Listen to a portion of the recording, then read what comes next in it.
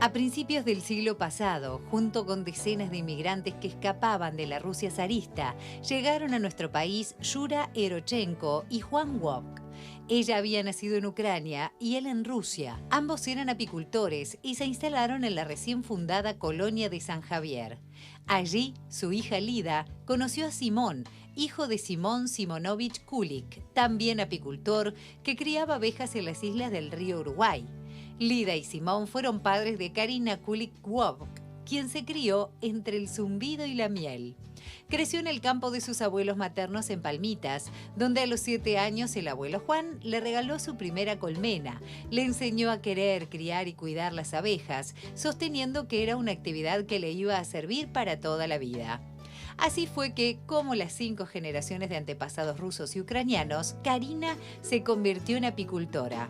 A la sabiduría familiar le agregó estudios en Uruguay y en el exterior, y comenzó a elaborar productos en la colmena, además de la miel, como polen, jalea real, apitoxina, cremas de belleza y cuas, una bebida tradicional conocida como vino de los rusos o elixir de los dioses. En los 90, para que sus 3 hijos, Martín, Danilo y Lucía, que también se criaron entre colmenas, pudieran cursar bachillerato, se mudó con ellos a Fraiventos, donde instaló el apiario Mardalú, uniendo sus nombres. Llegó a tener 2.000 colmenas, pero una enfermedad llegada desde Argentina, el cierre del establecimiento por miedo a la fiebre aftosa, las fumigaciones indiscriminadas y las semillas transgénicas que afectan el sistema nervioso de las abejas, hicieron que perdiera casi todo. Karina volvió a empezar cazando enjambres en las islas de Nuevo Berlín y se especializó en apicupuntura, utilizando micropicaduras de abeja en puntos de acupuntura. Comenzó practicándola para un grupo muy reducido hasta que le sanó una dolencia de rodilla al conductor Juan Carlos López y este difundió su experiencia.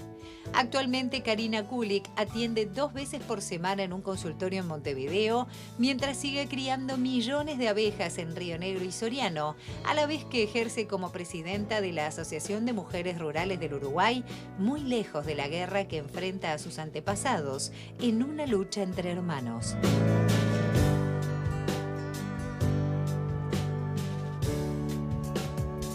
Muy buenos días, Karina, ¿cómo estás? Ahí repasamos una presentación que resume un poco tu trabajo, también recordar que sos descendiente de rusos y ucranianos en un momento tan complejo del mundo, donde los ojos están puestos en ese lugar.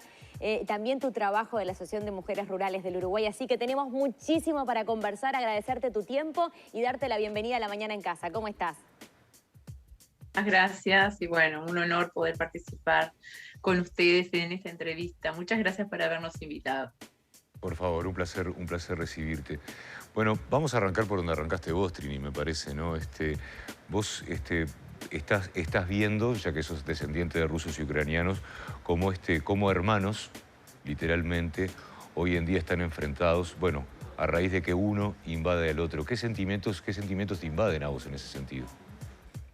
Tristeza, mucha tristeza y pena también por la situación que se está viviendo en esa zona, porque realmente Rusia y Ucrania siempre fueron hermanos. Uno de mis abuelos ucraniano y mis otros 3 abuelos rusos, digo, eso duele, porque para ellos todos eran una familia, o sea, no había, en la época que ellos vinieron de Rusia, no había tanto dolor en cuanto al enfrentamiento, ¿no? Me da pena, mucha pena por la situación. ¿Tú tenés contacto, tenés familia ya? En este momento se desconectó la familia después de que fueron creciendo, fueron falleciendo los tíos viejos y eso, después los primos como que se mandaron cartas y eso y no tuvimos más respuestas.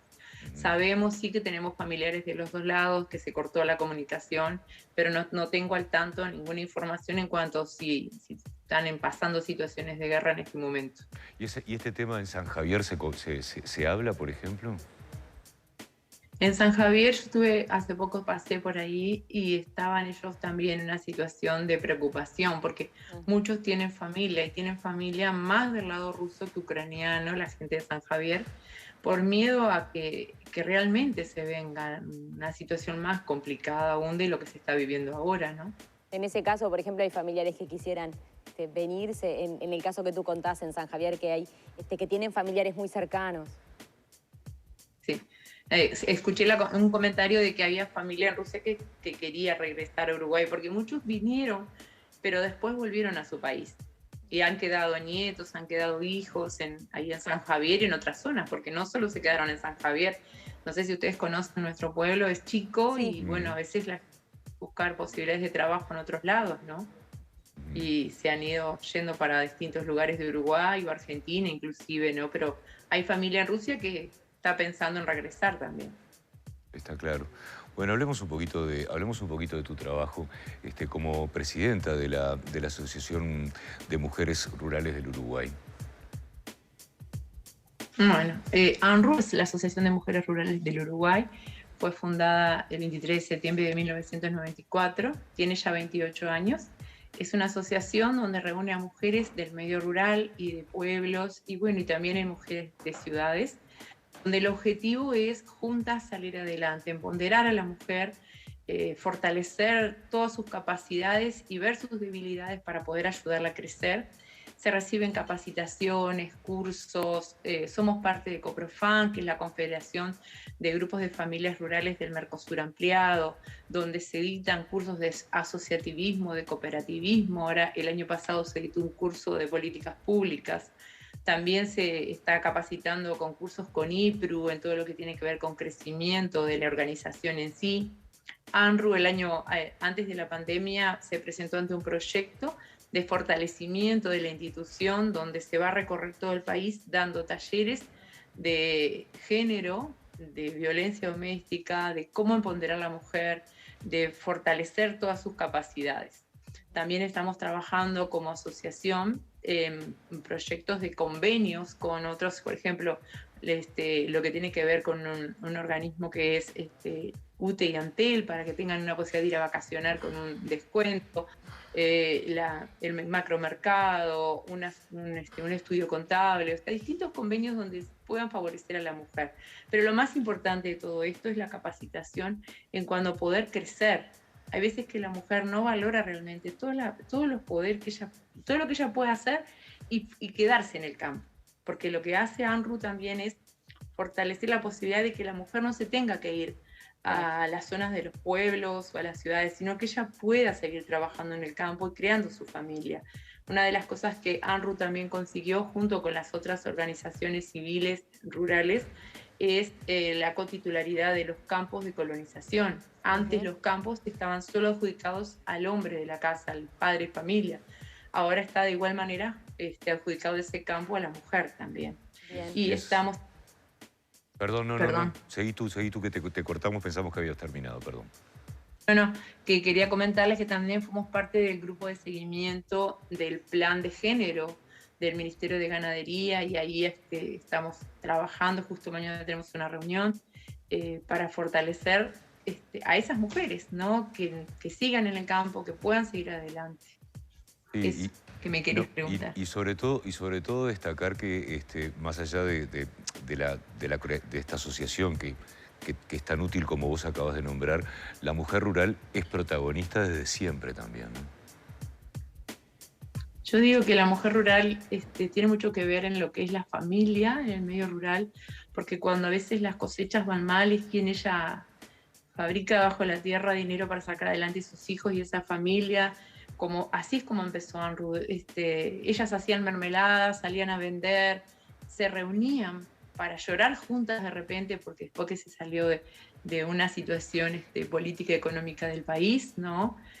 A apoyarse, a unirse. Se fundó con ese objetivo, unidas hacia adelante. Siempre yo les digo a las compañeras, vamos hacia adelante, pero vamos juntas, ¿no? En distintas partes del país. Por eso mismo este proyecto que estamos ahora llevando a cabo va a ser recorrer el país dando talleres. Y esos talleres para que las mujeres se unan y vean que podemos lograr muchas cosas hacia adelante, ¿no? ¿Cuáles son los contextos en los que viven estas mujeres?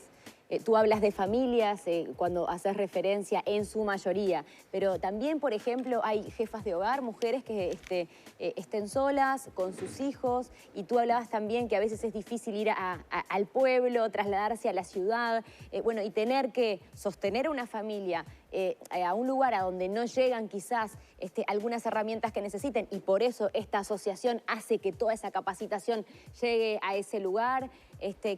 ¿Cuáles son los contextos en los que están inmersos estas mujeres rurales, en su mayoría?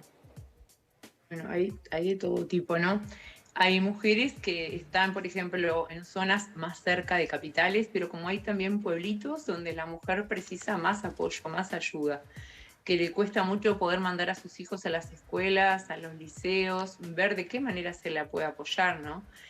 Hay zonas, por ejemplo, en la zona de La Valleja, en Mariscala, que hay un grupo de mujeres que trabajan lo que es el reciclaje y cuidar el medio ambiente, y que tienen que subir sus niños con capacidades diferentes a un ómnibus y tener que irse, cargar la silla de rueda, subir esos niños a UPA al ómnibus y irse hasta la ciudad, hasta Minas, a estar de repente 2 horas nada más haciéndole rehabilitación, y ellas sentadas en una plaza, llueve, truena, lo que sea, esperando esas 2 horas o 3 horas para volver a tomar otro ómnibus y regresar al pueblo. Entonces, hemos estado desde antes de la pandemia luchando para conseguir un ómnibus que tenga accesibilidad para poder llevar a esos niños, y ver de repente hay tantas escuelas vacías en el medio rural que hoy se están transformando en taperas, porque no sé si ustedes tienen idea de la cantidad de escuelas que hoy no tienen niños en el medio rural, porque la gente se fue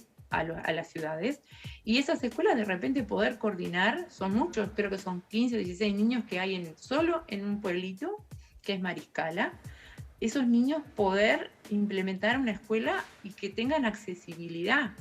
Hay tantas camionetas en tantos organismos que de repente podíamos conseguir, o que alguien tenga la posibilidad de donar en comodato, lo que sea, para que esa gente pueda llevar esos niños.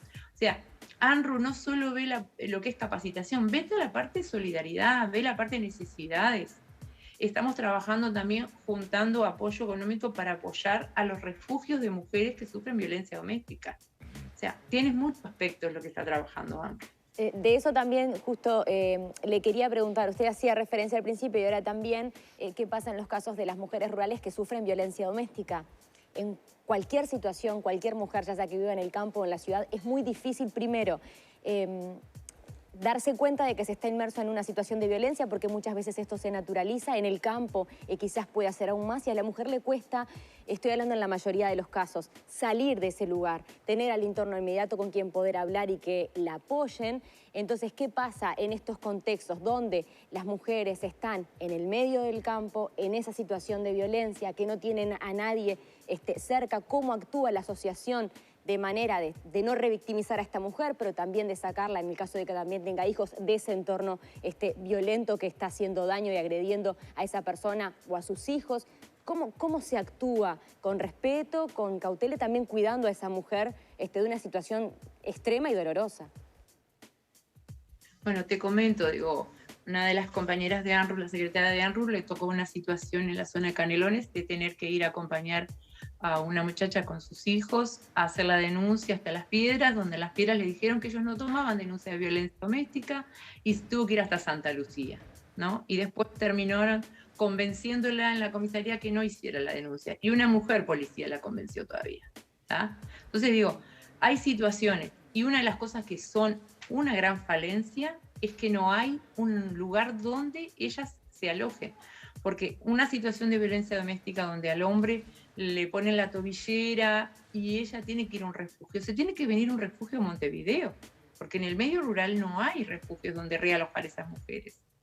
Y aparte la sacás de donde ella produce, de donde ella está trabajando, de donde ella puede generar un peso para mandar sus hijos a la escuela o al liceo, o puede alimentar su familia.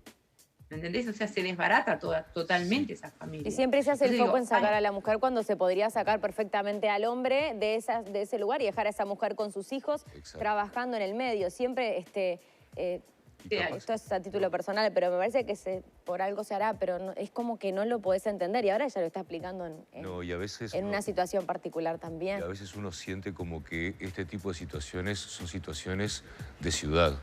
¿Entendés? Y como que está todo preparado como para poder atender a una mujer o no en una situación más urbana, por decirlo de alguna manera.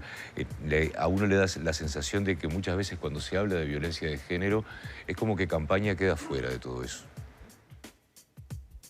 Te comento, casos de que un hombre enojado con la mujer porque se le había quemado la cena, la corre por medio del campo con un tractor para pasarla por arriba. Casos así, todos los días. Un hombre que carga una pistola y le pone en la cabeza y le pone una bala y juega a la ruleta rusa. Casos así, cantidad. Y a veces la mujer no tiene a dónde ir. O sea, nosotros lo que nos reunimos, una cosa que les quería contar, somos parte del espacio de diálogo donde la sociedad civil rural se reúne con la gente del gobierno, donde tratamos este tema y estamos reclamando de que puedan, aunque sea casas de Mevir o lo que sea, donde realojar esas mujeres, ¿ah? Poder capacitarlas, porque esa mujer de repente si tiene que ser sacada del medio rural, necesita de dónde defenderse económicamente para poder seguir criando a sus hijos, porque sus hijos van a estar con ella, no los va a dejar con el hombre golpeador en la casa, ¿me entienden? Entonces digo, son muchas las situaciones y donde podemos ayudar, vamos ayudando y estamos golpeando puertas continuamente, reclamando todo esto que está pasando, ¿no? Y bueno, hasta ahora digo, muy poco se ha logrado, hay mucho más por lograr, ¿no? Seguir insistiendo con este tema. Y otro de los temas también que nos preocupa muchísimo, ANRU, es el tema de las ambulancias. No sé si ustedes saben que al medio rural no llegan las ambulancias. Tienen un tiempo de salida de 15 minutos desde la base y nosotros estuvimos reclamando todo este tema con las ambulancias y lo que sí se consiguió, que no es lo mismo, fue antes de la pandemia, les hablo, poder dar cursos de primeros auxilios y reanimación en el medio rural, en escuelas rurales, para que el primero que esté cerca tuyo pueda de repente auxiliarte. Porque hay veces que se llama a las comisarías del medio rural y el policía te dice que está solo, que no puede dejar la comisaría o que no tiene dinero o no tiene combustible o no tiene dinero para poner. O sea, no, directamente dice que no, tenés que un vecino auxiliarlo con una camioneta y de alguna manera saber cómo acomodas al accidentado en la camioneta, porque de repente la persona tiene una fractura, ¿entienden? Entonces digo, hay muchas falencias en el medio rural.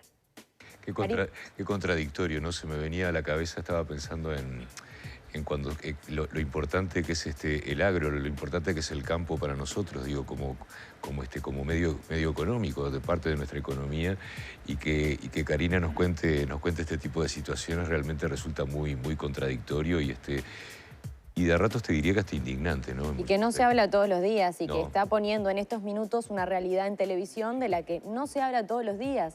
Por eso también le agradecemos que tenga la valentía de contar este tipo de situaciones que muchas veces, y en una nota que podría haber tenido otro tono, se fue para este lado, y qué importante que usted pueda poner en palabras la realidad de muchísimas personas del medio rural que no tienen acceso, que no son protegidas cuando tienen situaciones de violencia, que no tienen acceso a la salud, como en el caso de las ambulancias. ¿Ustedes tienen pensado generar alguna instancia, alguna reunión a nivel de gobierno? Estoy poniendo ejemplos, ser recibidos por el presidente o la vicepresidenta de la República, entidades del gabinete ministerial, como puede ser también, esto se ha generado, tienen pensado hacerlo para plantear este tipo de situaciones, esta realidad.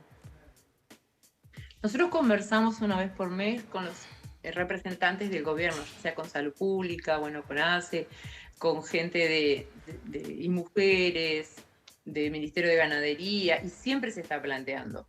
De repente tenés razón, deberíamos reunirnos, porque somos 3 asociaciones civiles de mujeres rurales, ir directamente a Presidencia y reclamar esto. Otra de las cosas que también sufrimos es el tema de la contaminación. La gente que vive en la ciudad no tiene noción de lo que afecta el glifosato, las fumigaciones, a personas que de repente una maestra le plantan soja hasta la ventana de la escuela y la maestra está embarazada y pierde su embarazo porque estuvieron fumigando toda esa semana, ¿no? Los contaminantes que las personas reciben en el medio rural traen muchas enfermedades, muchos casos de cáncer, problemas de dermatitis, bueno, pérdidas de embarazo, y se contaminan las aguas. O sea, es más importante la producción económica de los grandes sin pensar en lo que estamos afectando al medio ambiente y a las personas. Pero además de esto que estás hablando, vos se viene hablando hace años, desde que arrancó esta modalidad de alejar a las plagas, y perdóname si no manejo bien la terminología, pero creo que en general nos estamos entendiendo. Y es increíble cómo todavía no se ha transformado en una política de Estado cuando ya se ha hablado hasta el cansancio de las consecuencias que trae, también para tu actividad, en lo que tiene que ver con las abejas. los apicultores hace mucho tiempo que vienen reclamando en lo que tiene que ver con el uso de estos agroquímicos que también están afectando a las abejas. Y siempre se me viene a la mente, cuando salta este tema, uno de los tantos enunciados que Albert Einstein dejó durante su vida, que decía que si desaparecen las abejas, desaparece la vida, porque son parte de los agentes polinizadores también que conviven con nosotros. Dicen que en 4 años no queda el ser humano si desaparecen las abejas. Pequeño detalle. Nosotros... No, siga, por favor. Por favor. No, deja mucho que pensar, digo, porque obvio. Precisan las abejas, o sea, es a veces contradictorio, porque se precisan las abejas para la polinización, pero fumigamos y las matamos, ¿no? Entonces, no tiene pies ni cabeza. El interés en el tema de la fumigación. Ahora no más. El gobierno habilitó 4 productos químicos que son tóxicos para las abejas hace menos de 3 meses. Entonces, ¿qué estamos haciendo? Nos dicen que vayamos a denunciar al Ministerio de Ganadería cuando nos fumigan las abejas, pero el mismo gobierno está habilitando productos químicos para las abejas. ¿Y cuáles han sido los daños así a corto plazo, desde esta habilitación hace 3 meses con estos nuevos 4 productos? Ahora, cuéntenos qué es lo que ha pasado, cuál es la realidad en este sentido. En la zona de Canelones, creo que más o menos por el conteo que se hizo, murieron más o menos 400 cajones de colmena. Le echaron un producto a las uvas, ¿ah? Ni siquiera fue a las hojas, a las uvas. O sea, yo pregunto, ¿esas uvas quién las van a consumir? ¿Nosotros, los seres humanos? ¿O transformada en vino o en una mesa? ¿No? No es solamente la soja. Se está utilizando mucho producto químico en distintos procesos de producción. Que me parece a mí que hace falta más control, más inspecciones. Eso es lo que está fallando, me parece. Bueno, lo que pasa es que también hay que los apicultores son considerados, tú corregime si yo estoy equivocado, Karina, pero son considerados pequeños productores y en ese sentido tampoco tienen la fuerza suficiente como para poder reclamar de donde tienen que reclamar. Y uno a veces se pregunta, ¿no, Karina? Gracias a la pandemia o como consecuencia de la pandemia, la colectividad científica tomó cierta visibilidad, cierta fuerza en lo que tiene que ver con enunciados sociales, si no habría que recurrir a ellos para poder hacer que se den cuenta del error que estamos cometiendo en ese sentido.